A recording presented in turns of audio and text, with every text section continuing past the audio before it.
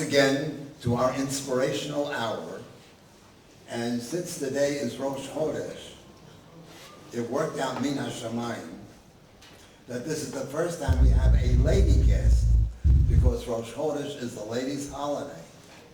And it's very interesting because we don't know any other people that really celebrate the first day of the month. They may have the first day of the year, but not the first day of the month. We are now in the period just before Matan Torah, and we have coming up the parasha of Naso. Naso is the longest parasha in the entire Torah. One of the reasons it is because many of the words are repeated. The 12 Nisim, the 12 princes of Israel, starting with Rosh Chodesh Nisan, each day a different prince brought his offering to the Mishkan. And each prince wanted his offering to be mentioned in detail. So Hashem was very good. He said, we will honor each one of you. And each one has the entire same offering, and it's repeated again and again, but 12 times. So it is really something. What can we learn from this? That you should honor people. Even a prince who gets enough kavod without asking for it, you still should honor him, and honor every person, because you don't know who that person is, and you should respect all people. We have with us today our guest of honor, Sarah Nachshon, who is the wife of the famous artist Baruch Nachshon. The city of Hevron is the city with which they are connected. Hevron is one of the 4 holy cities.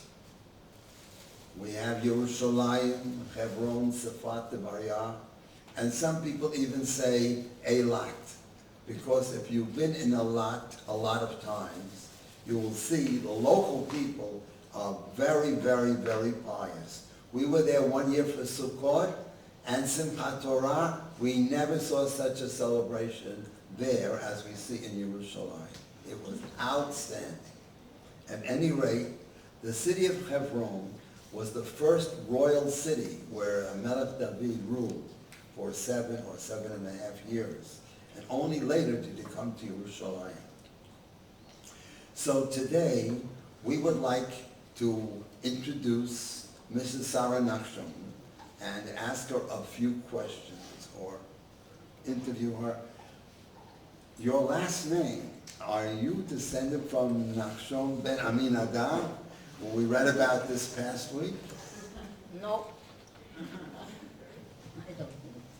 They're not related. Yes? Okay.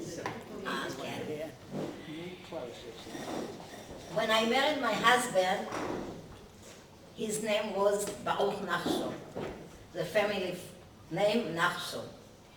But many years before, his parents, the name was Cooper Schmidt. Cooper, it means Nechoshet. So they made from this Nachshon. Like copper in English. Copper. Yes. That's what many of us have done, to Hebraicize our names to be more appropriate to Eretz Yisrael. In fact, the people, when the first government in 1948 was being established by Ben-Gurion and the others, they really actually forced most of the people, the dignitaries, the people who were going to be in the Knesset, they insisted that they Hebraicize their name or change or choose a name that they would like that would sound not Jewish, but appropriate for Israel. And that was a challenge. It was a great challenge at that time when people don't think of it. There's many people who lived through the Holocaust and who wanted to know that possibly someone remained in their family with the same name or from the same town, they would be able to reconnect and find mishpacha again. And that was shunned upon because they wanted everyone's name to be short and sweet and really have the geschmack, the taste of the new state of Israel. So, what was I up to? The family usually. Mrs. Nachshon, can you tell us where you were born? Yes, I born in a small farm near Haifa, Kfar Hasidim. It's near Haifa, and I born there. And Rabbi Baruch born in Haifa, also in Israel, and we met in Kfar Hasidim. And in this time, my husband became a Lubavitcher Chosid. He was in the army, in the Nachal, and after he went to Yeshiva of Chabad, and he became Chabad. And the Rebbe told him, when he was part of Chabad, he discussed his artwork with him, and did he change the type of artwork that he was doing after he had a direct meeting with the Rebbe? Yes, it changed. But the Rebbe, he was by the Rebbe 3 hours in Yechidus, and the Rebbe said to him that many generations passed away, and in a kashrut way was not the art, and you have to correct in a kashrut way. So he asked the Rebbe what it means kashrut way. The Rebbe said you have to ask a rabbi what you can do and what not. So he went to Rabbi Henkin in the state in this time, and the Rebbe gave him scholarship to learn art. So we stayed 1 year by the Rebbe, and my husband learned art in the visual art school, and the Rebbe paid for it. Wow. So he got a For 1 scholarship. year, yes. He got a scholarship from the Rebbe to Become an change, to become a better artist, or Yes. to paint in the fashion that would be appropriate for Yiddishkeit. For Yiddishkeit, yes. Beautiful. And he had a 3-hour Yeah, Yechidus. yeah. People would be very happy to get a 3-minute one. 3 hours Yechidus with the Rebbe, from 12 o'clock until 3 at night. Yechidus is mean to be together with the Rebbe, alone, no with anybody. Only No my video husband, cameras. only the Rebbe and my husband. Everybody can come in this time for 2 minutes, 3 minutes.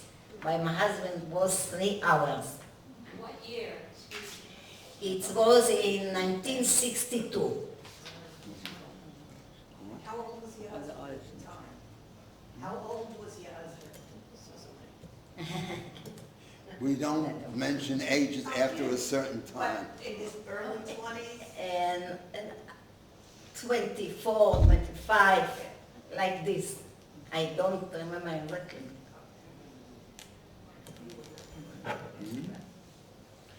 We want to speak about our connection with Hevron. For years, we spent the entire Pesach in Hevron with all those wonderful holy people.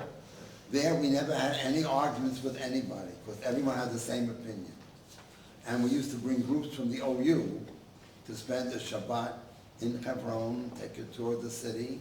And one of the most remarkable things in Hevron, in the heart of the city where not too many Jews live, there's a yeshiva called Shavei Hevron, which is like bringing back the original yeshiva of Hebron to its place. And when we were there the first time, it was very simple. We once slept there for a Shabbat in a little room on the side. It was very simple. When we were there about 5 or 6 years ago, the place looks like a mansion. They built it up. No one can see from the street how it looks. But like just where the women's section was one of the fanciest synagogues we ever saw. It's just unbelievable. So a lot of the things are going on there, and people don't know about it. Right. And going a little bit off, what is your profession? What have you? First of all, to be a mother of 11 children. And I was a teacher in a grannet in children, little children. לא מעון. Young children. Young children. No, I And after I became a teacher of my children. maybe you try this. All right, that's a good idea. We'll try the microphone. Could you tell us Yes. when your husband began to paint? My husband started to paint from the kindergarten. He's the teacher, when she wants to be quiet, that he be quiet, give him a pencil and a paper and he paint. But the Rebbe give him the power to start to paint, and only the Rebbe give him the power that he don't be a teacher nor nothing, only to paint. And from this time, my husband started to paint, and Baruch Hashem, he has painting all over the world. He makes exhibition all over the world, and he has poster all over the world. Does he have a studio or a sit In our house, yes. Yes, we have had, as Yoshua said, we had many visits there. We took the OU, we took a busload of people, and sometimes we went out there for a day and we spent hours in their home, because you'll hear soon some amazing stories that Sarah will be telling us about that took place, and how the Hevron was rejuvenated. And J-E-W. do you have any artists in your family, in your background, or does Nachshon have, Baruch have any? No. But the grandchildren, the children? Now the grandchildren. Are doing. Family tradition goes on, but there's no doubt about the fact that Baruch Nachshon is world-renowned and has paintings all over the world. And what I know is that when I see a painting of Baruch, I know it's his, because there's a certain style, a certain gentleness, a certain beauty and purity that comes through that, you know, I can almost touch it. It is so, so really special. And maybe we can organize a tuyul again one of these days to go out to their home and see Anytime. just a few of the My paintings. house is open for all of them. Always. Their hospitality is beyond Just like words. Avram Avinu had his tent open on all sides, so did Baruch, Nachshon, Sarah Where is Nachshon. it located? Right. In Kiryat Arba. Yes. Okay. We might come back to a few questions, but what I'd like to point out is that there is a lot of history to Hevron from the time of David HaMelech, before even Yerushalayim came into the picture, until now. And a lot of history, a lot of very unique, special things happen. And again, the way you said that today is Rosh Chodesh, and it's our holiday, the ladies' holiday, and it's our first lady guest that we have. The women in, you will hear now, an amazing, amazing story of bravery, of how the women of Hevron wanted to come back into the city. They were not permitted to, and how in the middle of the night, women with children, no husband, in a pitch dark, no water. You've got to tell the story. It is just something, listen carefully, Inspiring just story. really happy that it's not just a story that somebody writes about or painted about. It is something to be so proud of, that Jewish women with their children climbed into the Bet Hadassah. The rest you'll hear now from Sarah, and you've got to believe it. Before I speak about Bet Hadassah, I want to tell another story about my son, that he born in Hevron, it was too late to go to the hospital. So I have him in my house, and the doctor came and take the baby. And I decided that this child is born in Hevron. I have to make him the bris in the cave of Machpelah. But in this time, no permission from the government to make bris in the cave of Machpelah. And the mole was very afraid. It was a week before Pesach. And he said, I don't want to be in jail. He said, if somebody will be in jail, only me and my husband. I don't give you the name of the mole. He said, okay. So he bring everything in his pocket. He don't bring a bag or something like this. And we came to the cave of Machpelah, to the bris. And I have a guest that she come from London, and she sees one of the soldiers that she know him from London. And he asked her, what you are doing here? She said, I come to a bris. And she was so shocked. He started to run, and she came to me so exciting, and she said, Sarah, I speak with a man, and he started to run. I said, okay, I understand that he's going now to say that we are making a bris.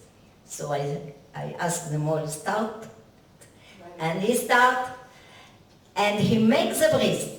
When we come to the glass of the wine, came a big officer of the army, and he said to my husband, you are arrested. You bring wine to the cave of Machpelah. And the police came and took my husband, and the mole ran away to the Jewish restaurant near the cave of Machpelah. And he said, bring the baby there, I don't come more here. He was so afraid. And I take all my guests, and we went to the restaurant for the meal. And in the restaurant we give the name because they don't let us to give the name in the cave of Machpelah. And I give the name of our father Abraham, so his name was Avraham Yedidia, that we know that Abraham was the first one that he was a friendship with God. And this child, yes. What year was that? This was Lamed Hey.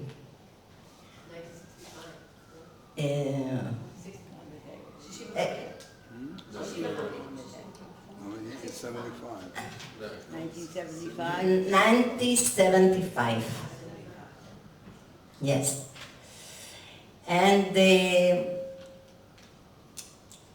after the bris, I came home, and only at night, late at night, my husband came. I told him, how you released so quickly? They said, you sit in jail for this.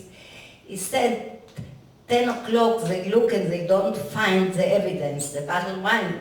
So they said, my husband, okay, you can go on to sleep home. But 8 o'clock in the morning, knocking the door, a big officer of the army, and he told my husband that he want to make a trial while he make a bris in the cave of Machpelah. So my husband said, oh, I am so happy to make, I have trials in the police, but to have a trial for a bris, okay, please sit down, write what you want. So my husband asked this officer of the army, you took the bottle of wine, where it disappeared? He was laughing and he said, we stay in the office of the police, the bottle of wine, we make l'chaim.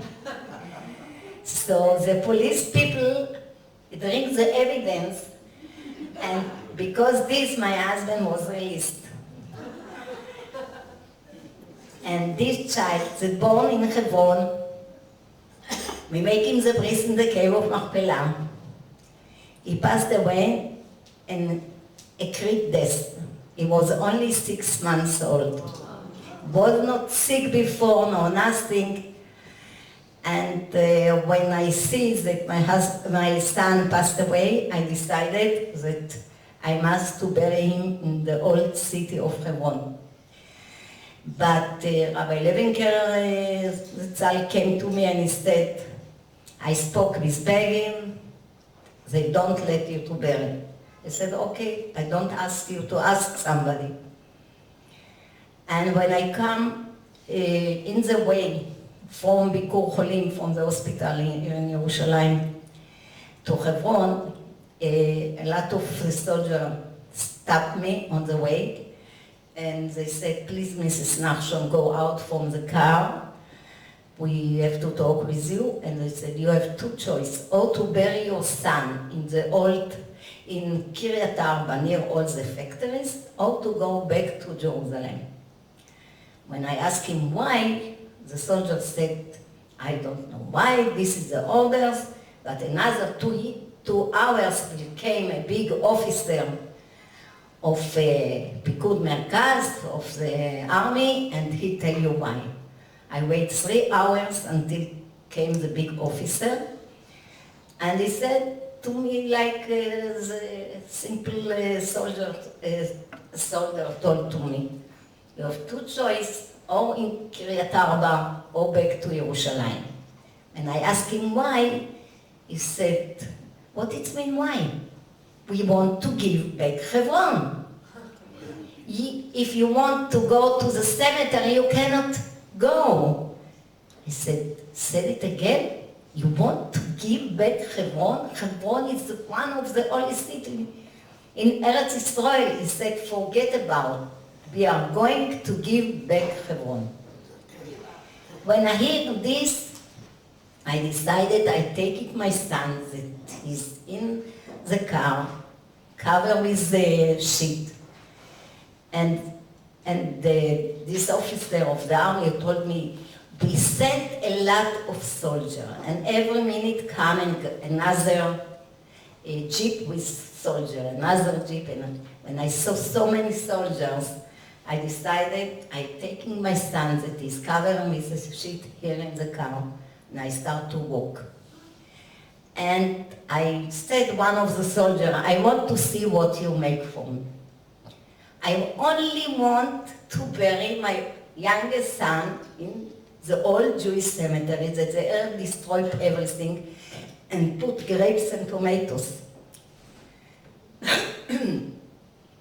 And I am going, I don't look, and they run, and they don't know what to do with me. After 100 meters, they ran after me and they said, okay, Mrs. Nachshon, the defense minister let you to bury the son in the old Jewish cemetery, and all the soldiers come to the command car, we take you. All the soldiers were so to me, please come to the command car and we take you to the cemetery. It was dark at night when we came to the cemetery. Only a small generator was there. And when I saw so many soldiers and so many people from Kiryat Arba, they wait for me more than 3 hours. I said, I must to say something after such a long and hard day that I have today, that it's written in the Gemara about a child, that he went to a walk with his father and he was very tired, so the father put him on his shoulder and he asked, Father, when we are coming to the city? So the father said, if you see a cemetery, we know that we are close to the city. So I said, if we open today the old Jewish cemetery, the big Rabbonim are living there, the Chemed Reshit Chochma, Harav Mani, the Rebbe Tzemenoch Rochel, and other people, and the earth destroyed everything. So we have also a city here. And second, the history is like a circle. Abraham bought a cave to his wife Sarah, here in Hevron. And my name is Sarah, and I bought now a cave to my son Abraham after more than 3,000 years. The same place. And 2 years later, When the government decided to give back Yamit, Hatzi Sinai, Abu Rodes, and people came from Yamit to Kiryat Arba, one family, and another family from Abu Rodes. We have a big meeting, and we decided we are going to the sources inside Hevron, where in a place that every Arab in the street knows that this building belonged to the Jewish people. We decided we are going to Bet Hadassah. You have to understand, Bet Hadassah was the first hospital in Eretz Israel more than 120 years ago. Until the massacre in 1929, they killed all the Jews, and some years later they built in Har HaTzofim the Hadassah. But when in Har HaTzofim the Jewish people cannot come, they go with shayarot, איך אומרים shayarot? Yes. So they built in Hadassah in Karet. We decided we are going only women and children. And people ask me why only women and children, because the husband has cords and they cannot do nothing. So we decided we are going only women and children. And in 4 days we have to go to one after other to find women that they want to go in 4 days, and to go to Bet Hadassah to see how we can go in and to buy all the needs, what we need in Bet Hadassah. In this time was not paper, nice like this, paper plates. We have to buy everything. We was 15 women and 35 children, so for 50 people to buy everything, and milk and fleishik and all this stuff. And we have to buy jerrycans of water, jerrycans for gas, because we have no electricity in Bet Hadassah. And I told my children, in this time all my children was very small, I told them, tonight you have not to put pajamas. We are going in the middle of the night, 2 o'clock at night. So they asked me, well, it's a secret. For how long? I don't know. 3 hours, 3 days, we don't know nothing. And so 2 o'clock at night, I wake my children, and please, we are going now, we have a truck down, and we sit on the floor of the truck, and we went to Bet Hadassah. And boys from Yeshivat near, and this time was not Yeshivat Shabbai Hevron. Journey was in the Kiryat Arba. Yes. And the boys help us to put all the stuff, and when we came to Bet Hadassah, we have to go from the back side, because in the front was a soldier, and with the back side was around wires, and we have to cut the wire, to climb with the ladder, and to jump inside Bet Hadassah. And after, when we make it, and all the children was in, and all the stuff was in, and the truck left, we start to clean dirtiness of years, and the children was so happy. We are in Bet Hadassah, we are in Bet Hadassah. They clean one room, and they put mattresses on the floor, and they start to sing, ושבו בנים לגבולם. When they start to sing ושבו בנים לגבולם, came a soldier from upstairs with a small lamp, and he looks around and he was shocked. So many children and women, how you get in? So a small child, maybe 3 years old, told him, you don't know? Jacob, our forefather, make us a ladder, and we jumped in. He makes it a ladder. So the soldier, I cannot believe you.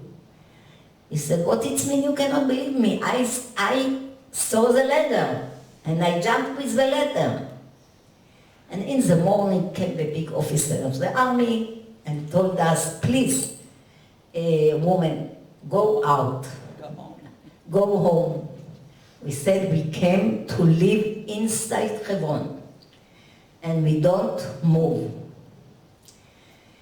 And you have to understand, in Bet Hadassah was not so easy to live in Bet Hadassah, because we have no windows, no doors, everything was open, and in the middle of the night, sometime cats jumped off us or other things, and no water. And after 3 months that we was there, we say the government, we need water. It's finished all the water, we need water. So the army said, we cannot give you water. What it mean? Only the government is to decide if to give you water or not. So they have to take all the member of the Knesset to make a meeting and to see if we allowed to have water or not. But in this time, the soldier give the army Shlishit in Egypt. It was the army from Egypt that the soldiers give them water. So we said that we are not worse than this Egypt soldiers that the army gives them water. So the government has said, I don't know if הם התביישו, but it was הצבעה, איך אומרים? A vote. And most of the people said water. Also they are not, they have no חוק, they are not legally, but water, You must give them. you must give them. They have babies and children, so 3 times a week came a big truck of the army, and we have to put with jerrycan water and to bring it down. And the soldier have an order not to help us, that we carried the 25 liter water and all the other 25 liter water that we break and we go out. But we don't move out, and we stay until, I am sorry to say it, one day, Friday night, every Friday night, the husband and the boys came near Bet Hadassah, and they start to sing songs like Eshet Chayil, other songs. And one Friday night came a big group of people after they pray in the cave of Machpelah, and they start to sing. So a terrorist from upstairs shoot them, and 6 boys was killed, and 22 people was wounded. And after this, the government decided to rebuild back Bet Hadassah, to put windows and doors that families can live there. And only after 3 months, they give permission to another husband to come for half an hour, Shabbos, to make us Kiddush and to go out. And I want to tell you about Bet Hadassah, what the Rebbe, I sent a big letter to the Rebbe to ask him how long to stay in this building, because we saw another month, and nothing moving about the government. So one day I wrote a letter to the Rebbe, and I asked one of the soldiers to put it in the mail. And after a month, we have an answer from a group of women from Chabad, from Yerushalayim, that they came with a taxi, and they want to speak with me. I said, and they said, you don't hear what the Rebbe speak about you? I said, no, I am here. We have no electricity, we have no nothing. They bring me a cassette, not video, to put in the radio. What the Rebbe speak about me. I said, we have no electricity, we have no nothing. But one of the soldiers said he has a transistor, and he can bring it to us at night. And I hear what the Rebbe said in Vav Tishrei, that was the Yortzeit of his mother, Rebbe Tzmachana, and in this Yortzeit, he put all the women in 770, not the men, and he speak for women. And in this event, he spoke about me, that he said that he has a big letter from a woman that's sitting with all her children in Hevron. And it's a wonder in my eyes that every Arab in the street knows that this building belongs to the Jewish people. Only the Jewish people don't know it belongs to the Jewish people, and they put a soldier that nobody can come in. And she asked me how long to stay in this building. And I don't know what to answer. You hear such an answer from the Rebbe, ich weiß nicht was zu antworten. And after we hear in the Kaletet, we hear how the Rebbe is crying and crying. And he said, what can I say this righteous moment that they stay in this building with such a mysterious nefesh, that I know already that the government sold Jerusalem. This was in 1980. The Rebbe cried that the government sold Jerusalem. What can I say about Hevron? What can I say? And we hear how he's crying. What can I say? But it's a story in the Bible about Bnot Tzlofchad, the daughter of Tzlofchad. The Tzlofchad has 5 daughters, and they was not so young. And they came to Manigador in this time to Moshe Rabbeinu. And they said, we are sorry that we don't marry, but we want, you are now dividing the Machlaot in Eretz Yisrael, we need also a piece of land. And Moshe Rabbeinu hat auch nicht gewusst, was zu entfernen. He said, I must to ask Hashem what to do with these 5 girls. And Moshe Rabbeinu asked Hashem, and Hashem said, they are right. If there is such a love to Eretz Yisrael, if people has love to Eretz Yisrael, people has mesiras nefesh to Eretz Yisrael, they can conquer all Judah and Samaria. We need only love and mesiras nefesh of Eretz Yisrael. And Bnot Tzlofchad has a peace in land because they have such a love to Eretz Yisrael. And this was the answer of the Rebbe, that if we have mesiras nefesh of Eretz Yisrael, we have all Eretz Yisrael. This is about, in short, about Bet Hadassah.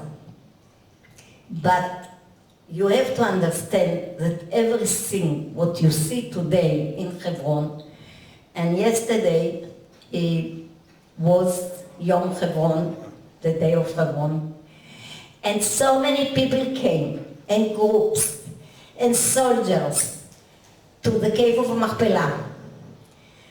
And we are praying every day, 3 times a day, Elokei Abraham, Elokei Yitzchak, Elokei Yaakov. The power of our Father, this what give us the power to be Jews. And when I see yesterday, I was in the cave of Machpelah every day. So many people coming. And today we can make a bris in the cave of Machpelah. We can make a bar mitzvah. We can bring wine to the cave of Machpelah. We have weddings in the cave of Machpelah. And Jewish people coming for us is a big joy. And I hope that all the praying from all the people that coming, that we know that this is Petach Gan Eden, that Hashem hear all the praying of the Jewish people that coming to Hevron, and soon we have the rebuilt Bet HaMikdash. With tears in my eyes, I can tell you just that we have, as we said before, brought many groups to the home of the Nachshons.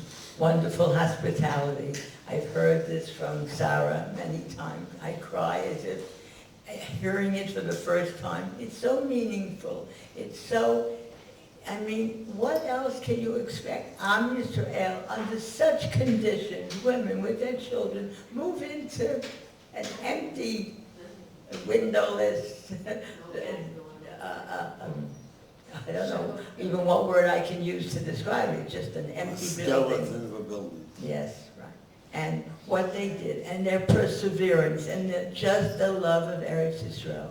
And it's women like that who help us, that should see that Eretz Yisrael should remain ours. It is ours, and should remain ours always, always. And that is why we feel so close to Eretz Yisrael, to Hevron as well.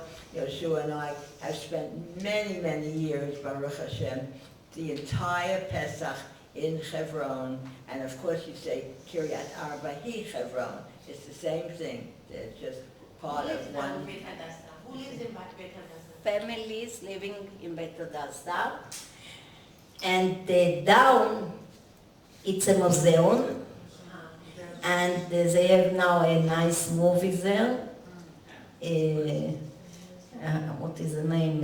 Lanetzach something, forever. But there are also young couples living there. Yes, yes. We have today about 100 families living in Hebron, in 3 places. One is the Jewish quarter of Hebron. It's called Bet Knesset Avraham Avinu, in the center of Avraham Avinu Shul.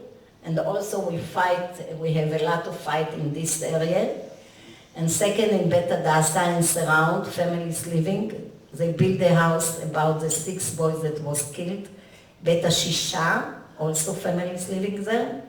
And we have upstairs in Tel Romeda that it's the cave of Ruth and Ishai, the father of King David. And we know that King David was 7 years king in Hevron, 7-8 years in Hevron, before he was a king in Yerushalayim.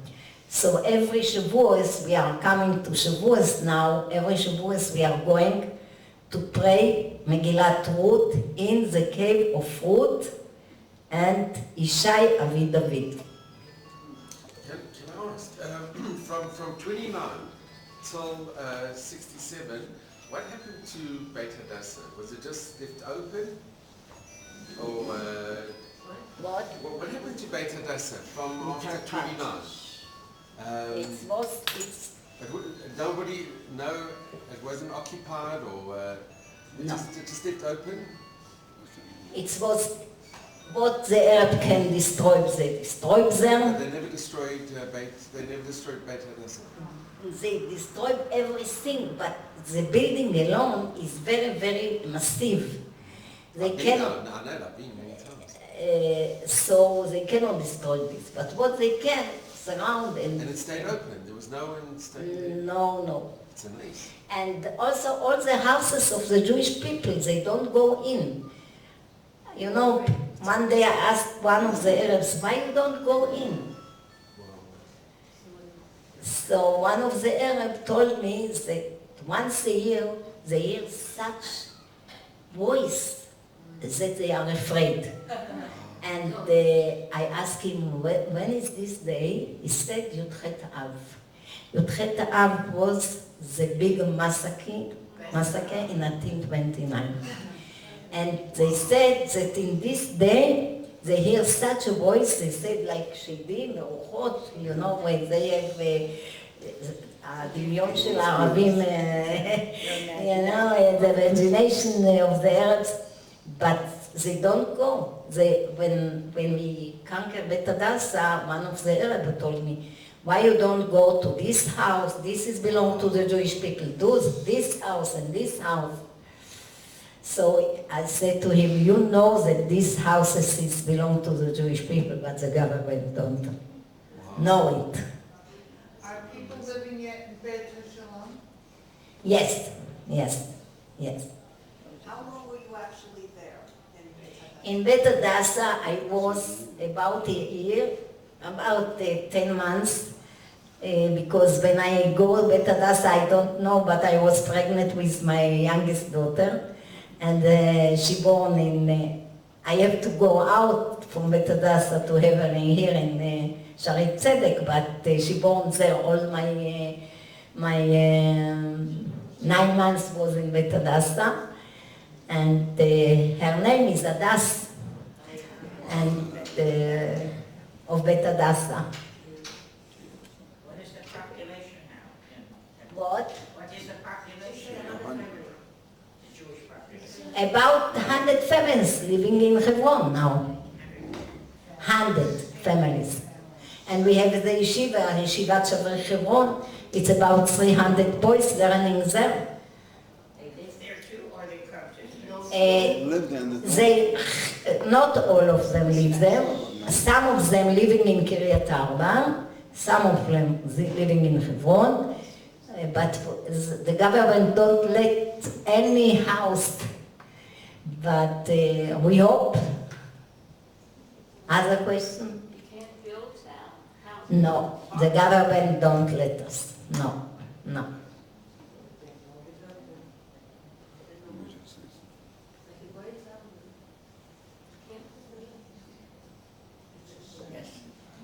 I just wanted to add that Hashem made so many miracles that we lived through.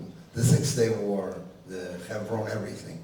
You have to understand, when you go to the city of Hevron, you think that you're afraid to go there.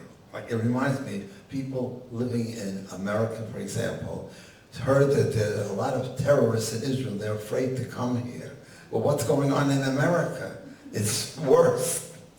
People have, one of the most beautiful things you see in Hevron is little children, 5 years old, standing in the street, selling cold drinks. No soldiers guarding them, no parents, no older brothers or sisters, and they're standing in the street, and you come over and you say, these are the heroes of Hevron. It's a continuation of the women and the children. And when you walk in Hevron and you say hello to a soldier, the trouble is that lately we saw less soldiers than we did a few years before. The number of soldiers is getting less, but we hope the number of people growing. And during Pesach, we're very, very impressed by the number of people that come to visit, especially in the Haredi world. That, oh, they don't want to, the number is increasing because everyone sees, look, here are people that are not afraid to do what they have to do. Look, years ago, people didn't have electricity, so someone thought of electricity, but someone has to be there to do it. You can't say, well, let them go to Hevron, I'll stay in Tel Aviv. And I mentioned this to Sarah the other day.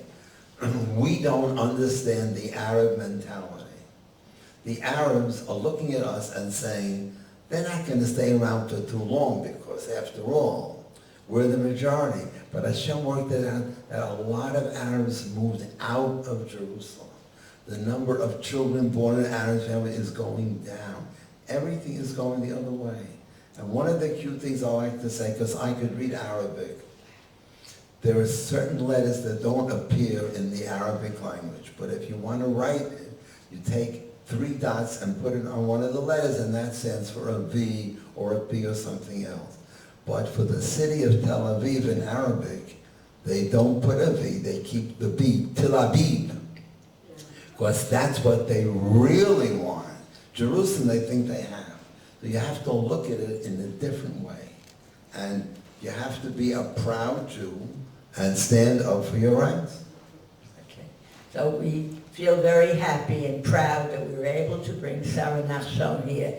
As I said, I have heard the story and I've cried through it, and I know how meaningful it was and how brave these women were, living all alone and without water, without electricity, with little kids all around.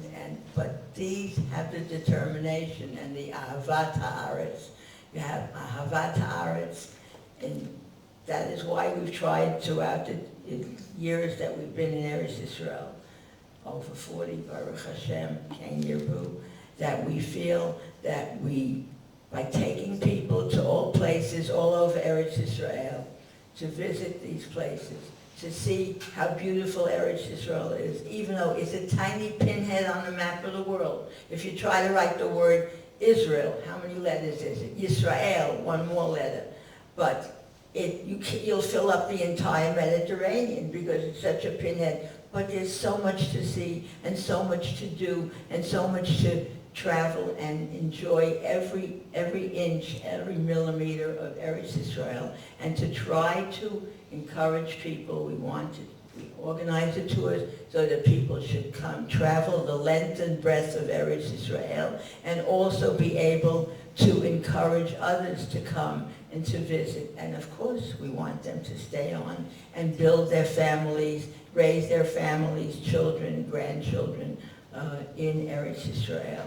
And it's people like that. I mean, I can't find words in the English language or even in the beautiful Hebrew language to describe the bravado of these women, how determination, what they stood for, what they still stand for, and how they raised beautiful, Beli Ayin Hara Ken Yirbu, generations of families, children, whom we hope and we see that they are continuing the tradition of their parents and our forefathers and mothers, and hopefully we can emulate them and have everyone come and treat.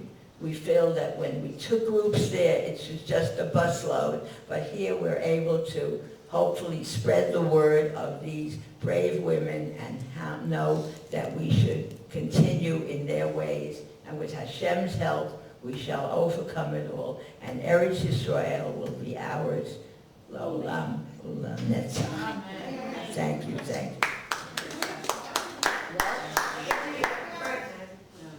Where did the supplies, did the government, were they at least comfortable with allowing supplies, food supplies, paper supplies? You were able to get them, or were much difficulty at that time? You're asking what? שהביאו, איך קיבלתם את כל הצרכים שלכם? Were you permitted, or you had to be? Well, in Bet Hadassah, you ask? In Bet Hadassah, the first some days, the soldiers don't know what to do with us. But after some days, we ask, we need more food. And they don't let us. But one of the big officers of the army that we called to him, we in this time had no cell phones, and we need food. You have to understand, we have no frigidaire, we have no light, we have no all this, so we can make the food for every meal, for this meal. So all the week we have no way, it was vegetarian. We have fruit and vegetables, eggs that we can make a chavita, like this to the children. Only for Shabbos, the women of Kiryat Arba. They may prepare for us for Friday night fish, and they bring it before Shabbos, and the meat, and for Shabbos also, and that's it. And the woman of Kiryat Arba, without the help, we cannot do it, because they take all the laundry. Every 3-4 days came boys from the yeshiva, and the Rebbetzin Alea Sholem, she passed away, Rebbetzin Bit Yalior, she took all the laundry and she sprayed for families, and after 3 days we have back, and the soldier check what it inside. We can bring only the laundry, no toys to the children, only food and laundry. No books to the children, no nothing. So this was our way to hold ourselves there, and with the big emunah, and we know that also in this day we have to have emunah that everything is it's from upstairs. We have to do, but the other came from Hashem. And without emunah we cannot stay one day in Bet Hadassah, because the condition was very, very hard, and with a lot of babies and children and no diapers in this time, and we have a lot of work to do. We get up 5 o'clock in the morning to put water, to boil water, and to make for all the children, 50 people. It's a lot of people to make every day the food. Every day the food, and we was very happy there, because we know that we are in the city of our fathers, and people ask me, you are not afraid? I was not afraid at all my life in Hevron, but to share with you one story. It's too late? Of course, no, please, go on. The last story, I must to go also, I have a lot of what to do. One day I was in Yerushalayim in a bris of one girl that she's from the state and her parents from the state, and she was living in Bet Hadassah, and she married here in Israel, and the parents came to the bris of the grandchild. Where was the bris? In Yerushalayim, in some place, and she asked me to come to the bris. And after the bris, she told me it's a couple from Crown Heights, they want to see Hevron. You can take them. I said, why not? We take the bus, and straight, I don't go to my house, I take them to the cave of Machpelah, and after he took them to Bet Hadassah, and he told me, I want to see the cemetery, because one of my niece was killed in the big massacre in 1929. He was a student in Yeshivat Hevron. And you know, all the Americans to make a picture in this time, and it was not a cell phone in this time. And I said, why not I take to the cemetery? So when we go out from Bet Hadassah, 3 young boys came. Shalom, shalom. One of the guys want to shake me a hand. I said, what it means to shake a hand, a woman in the middle of the street? Yalla, ruch min on, go. So the couple asked me, you know these 3 boys? I said, I never saw them before. But for me, it also was strange that a young boy came and he wanted to shake my hand. And we start to climb to the cemetery, it's very high. And when we start to climb to the cemetery, these 3 young boys, one of them that he wants to shake me a hand, he has a knife big like this. And the couple stayed and they said, please, Mrs. Nachshon, we have to go tomorrow to New York. We don't want to be killed here in Hevron. I said, what do you say? I don't go tomorrow to Hevron, and I also don't want to be killed here in Hevron. So they asked me, what you think to do? I said, to fight. She looked at me and she said, you are crazy? I said, maybe, but a Jew has to fight. I never have a gun, I never was in the army, but I have to fight to save my life. So I ask Hashem, give me the strength. And I say Shema Israel, that I never say, man that is before he's dead, say Shema Israel, not every day. And I feel that I have power, not my power from him. And I say to him, I know a little bit Arabic, I say to him, okay, a minute before you say to me, hello, so nice, you want to shake me a hand, now you want to kill me? Come, what you staying up, come to me. Come to fight. When he saw that I am not afraid, I saw that his hand shaking. And I start to run, to catching the knife. And they stay like this, fighting. And in the same minute came the car from the security of Hevron. I asked him, help me to catching the knife. He cannot stop because it's very... So another man jumped from the car, he has a gun, and he said, you put the knife on the street or I shoot you. So he put the knife and he put his hand like this and he said, I am crazy, I am crazy. The other two give me the knives that I kill you.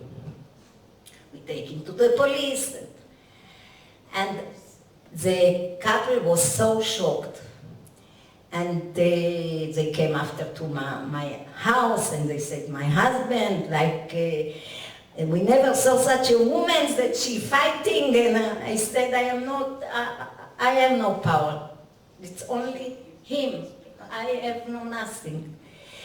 And the day after, they was in the airport, they asked me, how long you was not by the Rebbe?